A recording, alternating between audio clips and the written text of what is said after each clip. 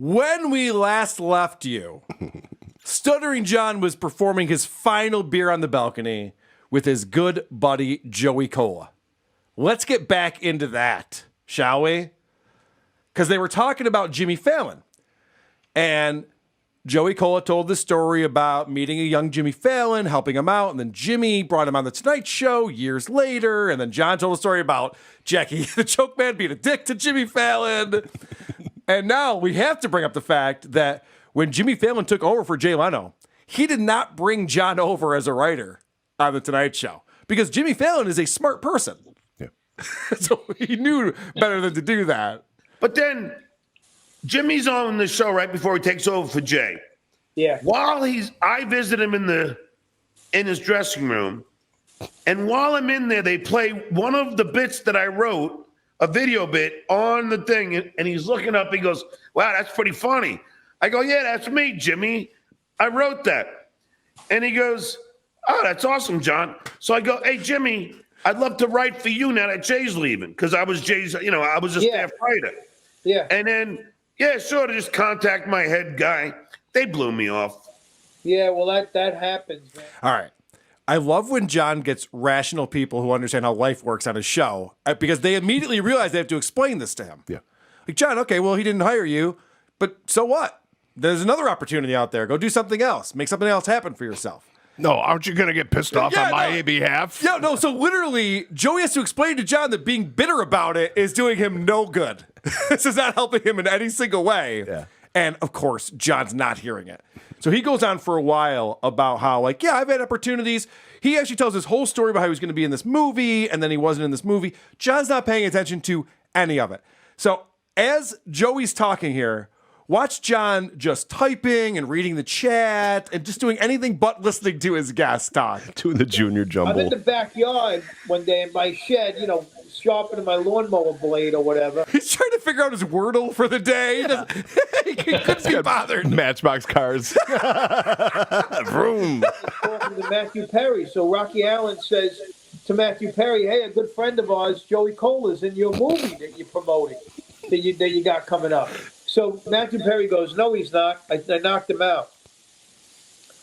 So Rocky Allen was like, "What?" He goes, "Yeah." And I knocked Joey's waiting for a response. He Yeah. realizes that John is not paying any attention. He's not even pretending to pay attention. No, he's making a sandwich. He's doing something completely different. him out. He's not in the movie. Joey's interviewing himself and then literally stopped and answered his own question, which was great.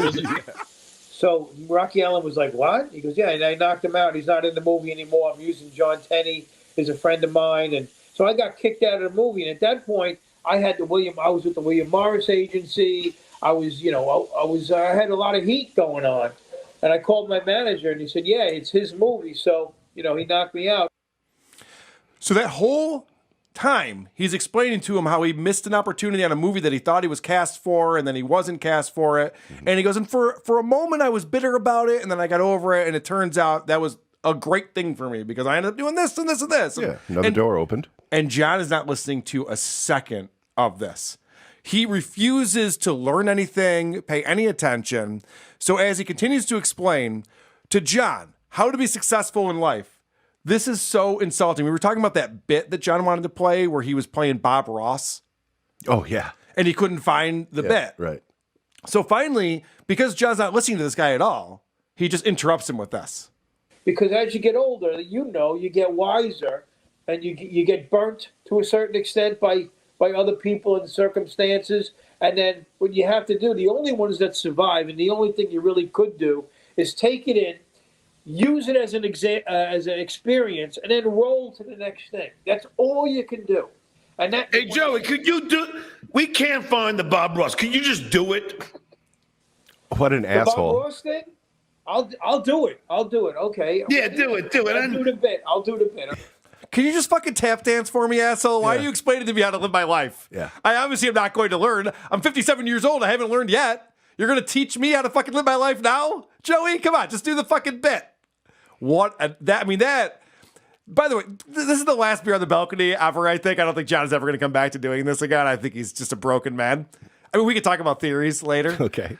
But this is such a perfect ending for him because this shows how terrible he is at doing this. He can't even listen to A self-deprecating story where Yes. his ears should perk up and be like, oh, well, I'm not the only one.